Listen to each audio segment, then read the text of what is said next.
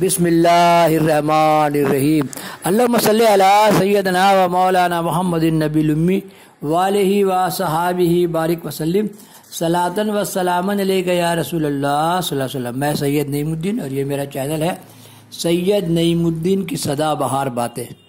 یہ چینل سدا بہار باتیں ہیں۔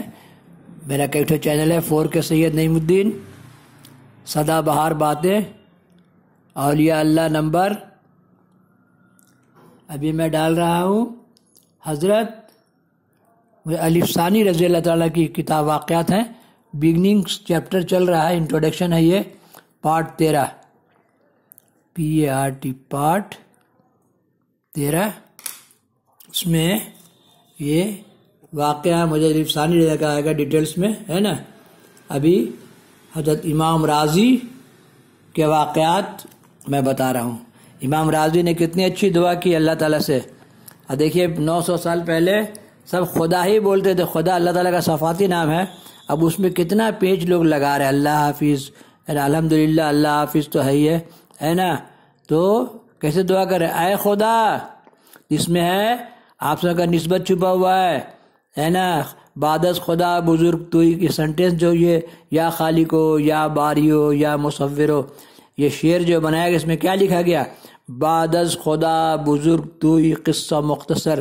تو دیکھیے ہمارے ولی، ہمارے اولیاء، ہمارے بزرگان دین، ہمارے عالم کیسے پڑھتے ہیں، اے خدا، زمانے کی سختی، ظالموں کے داؤں پیچ اور گھات، بیجا خوف سے نجات دے۔ لوگ بیجا خوف میں بھی مبتلا ہو جاتے ہیں۔ اولیاء را ہست قدرت آزلا، تیر جستا باز گرد انداز را۔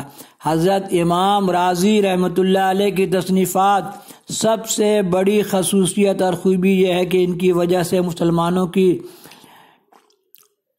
تصنیفی تاریخ کا ایک نیا دور کا آغاز ہوا، کیونکہ قرآن سمجھنا اتنا آسان نہیں ہے۔ اس کے تفسیر لکھے گئے جس سے آدمی کے سمجھ میں آتا ہے، کیونکہ حضرت امام صاحب کے اندر تحریر اور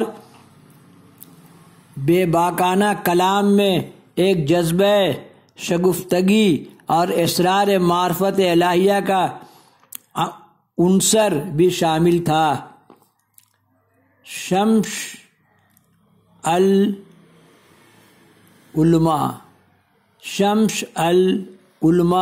علامہ شبلی نعمانی امام راضی کے بارے میں خاص طور پر آپ کی تفسیر کبیر کے متعلق قلم آرائی کرتے ہیں کہ جیسے امام راضی کا عام انداز ہے، وہ وسط بیان اور تجر علمی کے رو میں ربط یا بس کی تمیز نہیں کرتے تھے۔ سینکڑوں سرسری باتیں لکھ جاتے ہیں جو ان کے شان نہیں ہوتی، تاہم ان حشود زوائد کے ساتھ سینکڑوں ایسے دقیق اور مارکہ آرائی مسائل انہوں نے حل کیے جن کا اور کسی بھی کتاب میں ذکر اور نام و نشان نہیں۔ الہی خیر گردانی بحق امام راضی، الہی خیر گردانی بحق امام راضی، الہی خیر گردانی بحق امام راضی کی تمام تصنیفات میں تفسیر کبیر بہت سے مشہور ہے۔ اس کے علاوہ آپ نے اور دیگر علوم و فنون عربی اور فارسی میں نہایت کثرت سے کتابیں لکھی ہیں۔ ایک کتاب میں نے دیکھا تھا کہ دنیا میں اتنے مفکر، اتنے سائنٹسٹ، اتنے فلسفی گزرے، اور اسلام میں الف سے لے کے یہ تک، الف سے اتنا نام، بے سے اتنا نام، وہ کہیں رکھا ہوگا، مل جائے گا تو انشاءاللہ وہ ہم ڈال دیں گے۔ آج ہم لوگ علم سے اتنے دور ہو گئے، ہم لوگ جانتے نہیں ہیں کہ اسلام میں کتنے علم والے پیدا ہوئے اور دنیا نے انہی سے فائدہ حاصل کیا۔ اللہم صلی علی سیدنا مولانا محمد النبی الامی وآلہ وصحبہ بارک وسلم۔ اس بات کا شرف اولاد ابراہیم کو ہی حاصل ہے، لکھی جس میں اسرار التنزیل وہ الحمدللہ رحم اللہ الحمدللہ رحم اللہ انوار تعویل بھی ایک طرح کی تفسیر ہے۔ سورہ فاتحہ کی تفسیر کچھ ایسی کتابیں بزرگوں نے لکھی ہیں کہ جس کا نام پڑھنا بھی بہت مشکل ہو جاتا ہے۔ سورہ بقرہ میں جو صرف عقلی طرز پر قلم بند کی گئی ہیں، سورہ اخلاص کی تفسیر میں بعض ایسے اسرار بیان کیے ہیں جن سے اکثر مفسرین بالکل ہی ناواقف تھے۔ خداوند تعالیٰ کے اسماء و صفات کی شرح میں لوامہ النبیات کی فی شرح اسماء اللہ تعالیٰ و صفات لکھی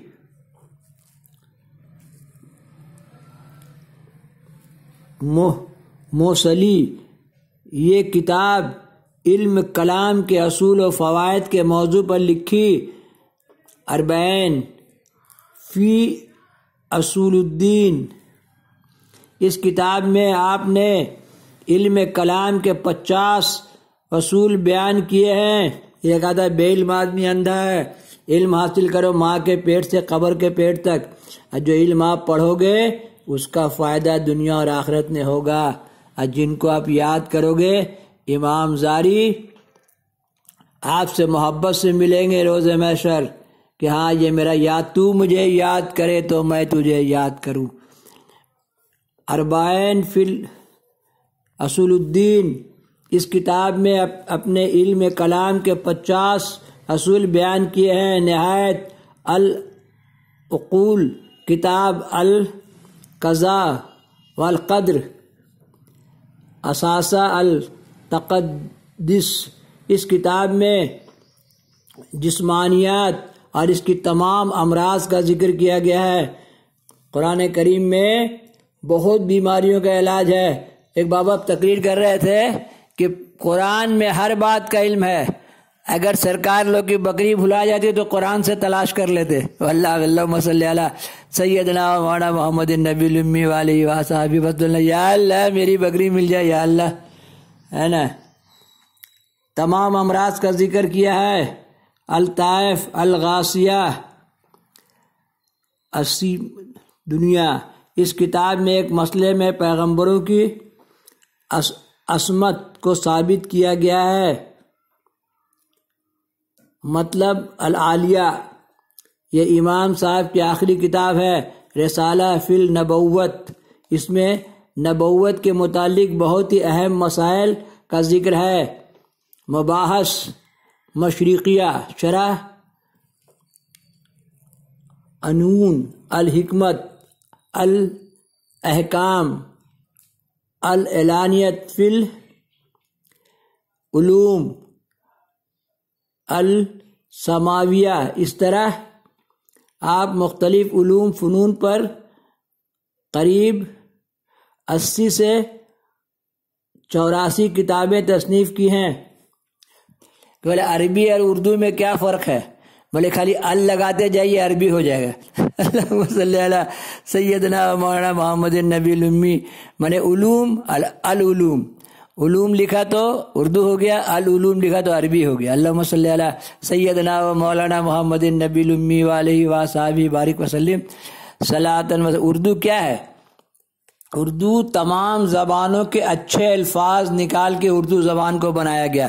اردو کا مطلب ہوتا ہے ہارڈ کا مطلب ہوتا ہے جھنڈ کا مطلب لشکر۔ اردو کا معنی ہے لشکر۔ جو پہلے مغل لوگ کا، ترک لوگ کا جو دستہ چلتا تھا نا، اس کو اردو کہا جاتا تھا۔ اردو کا معنی لشکر، تو اردو لشکری زبان ہے۔ جب ہندوستان میں ہر طرح کے لوگ، مانے جتنے ہندوستان میں جتنے صوبے ہیں، جتنے بھاشا بولنے والے ہیں، سب لوگ فوجوں میں شامل ہوئے، مغل امپائر لوگ کا فوج میں، تو بات ٹکرا کے ایسا کیسے بولتا ہے، کچھ اردو ملا کے ایٹا کتنا کا ہوئے گا، ایسے کر کے آدمی لوگ بات کرنے لگا، تو اسی سے اردو زبان بن گئی۔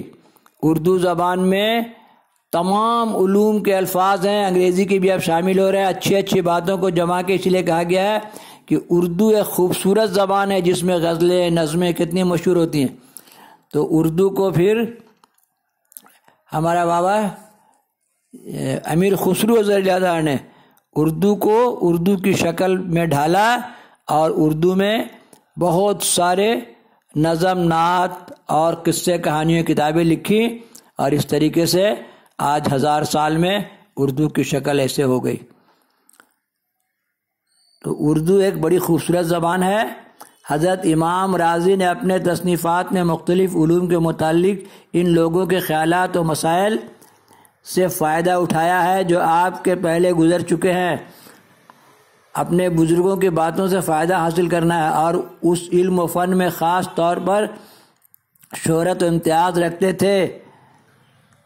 فلسفہ اور حکمت، انہوں نے ابو علی سینا، بڑی زبردست کتاب ان کی ابو علی سینا کی ہے نا، یہ کتاب اگر میرے پاس کہیں ہوگی تو میں ڈالوں گا۔ ابو علی سینا اور ابو نصر فارابی کی تصنیف سے فائدہ اٹھائیے قطعی۔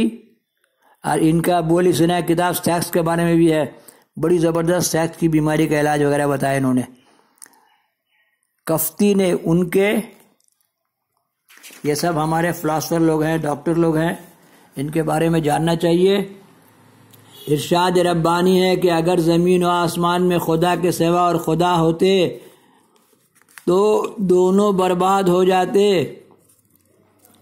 اس آیت کا مطلب فارسی کا ایک مقولہ، دو بادشاہ مانے ایک میان میں نہیں رہ سکتے، کب چین اگر سے، یعنی دو بادشاہ ایک ملک میں نہیں ہو سکتے، ایک میان میں دو تلوار نہیں رہ سکتی۔ اس کو میں نے کسی طریقے سے بھی جاہل عوام کو یہ بتایا گیا کہ اللہ ایک ہے، اللہ ایک ہے، اللہ ایک ہے، کیونکہ لوگوں نے عرب میں کتنے بت بنا رکھے تھے، 365 بت ہے نا۔ تو بت آدمی کے دل میں رچ بس گیا ہے۔ پہلا بت کیسے بنا؟ جب حابیل اور جب قابیل کی نسلیں بڑھی اور لوگ دنیا کے ملک لوگ ہندوستان آ گئے ہے نا، تو ابلیس نے سمجھایا، عجازیل ابلیس ہو گیا کہ یہ لوگ اپنا باپ کو کیسے پہچانے گا ہے نا۔ تب ان لوگوں نے حوا علیہ السلام، آدم علیہ السلام کی مورتی بنوا دیا۔ مورتی اسی طریقے سے بنتی ہیں، بہت ساری مورتی، انبیاء علیہ السلام کی مورتی ہے۔ ترنت خاندان میں دو بٹوارا رہتا ہے، ایک بولے نا تصویر رکھنا پڑے گا، ابھی بھی گھروں میں لوگوں کے بہت تصویریں ہیں، کوئی تصویر کو ناجائز کہتا ہے وغیرہ وغیرہ۔ تو بت اسی طرح سے جب خانہ کعبہ فتح ہوا تو اس میں بہت سارے بت جو تھے وہ انبیاء علیہ السلام کے تھے، جس کو سرکار صلی اللہ علیہ وسلم نے توڑا نہیں، زعفران لا کے دفن کر دیا۔ تو بہت لوگ اپنے باپ دادا کے بت بنا دیتے ہیں۔ آج بھی اگر یہ بتوں کا رواج ہوتا تو لوگ اپنی بیویوں کا، محبوبہ لوگوں کا، ماں لوگوں کا، باپ لوگوں کا بت بنا دیتے، سب گھر بتوں سے بھر جاتا۔ ہر گھر میں 4 5 6 بت، جیسے شو روم سب لائن سے بت رکھا ہوا ہے، ہر گھر میں بت بن جاتا۔ تو یہ آپ سب کرم ہے کہ انہوں نے اپنے ہاتھ سے بت توڑا ہے نا۔ اور آج بہت لوگ اس بات کو فالو بھی کر رہے ہیں، ایسا بات نہیں، مندروں میں بت ضرور ہے لیکن لوگ گھروں میں بت ابھی بھی نہیں بنا رہے ہیں۔ اللہم صلی علی سیدنا و مولانا محمد النبی الامی علیہ وصحبہ بارک وسلم۔ تو وہی شرک ہے، دلوں کے بت کو توڑنا ہے۔ اللہ کی محبت کے ساتھ بت کی محبت نہیں ہونا چاہیے۔ وہی اللہ کی محبت کے ساتھ تو ماں کا، بھائی کا، بہن کا، بیوی کا، سب کا محبت تو رہے گا اس درجے کے مطابق، نبی کا، اولیاء کا ہے نا۔ اللہم صلی علی سیدنا مولانا محمد النبی الامی علیہ وصحبہ بارک وسلم۔ میرا پیغام محبت سے جہاں تک پہنچے، فالتو حجت حوالے سے اچھا ہے کہ آدمی تعمیری کام کرے، کام میں لگے، 30 12 قرآن، 5 ٹائم نماز، یہی ہے اسلام، اور پیسہ کمائے، ورک کرے، work work work, all the time work.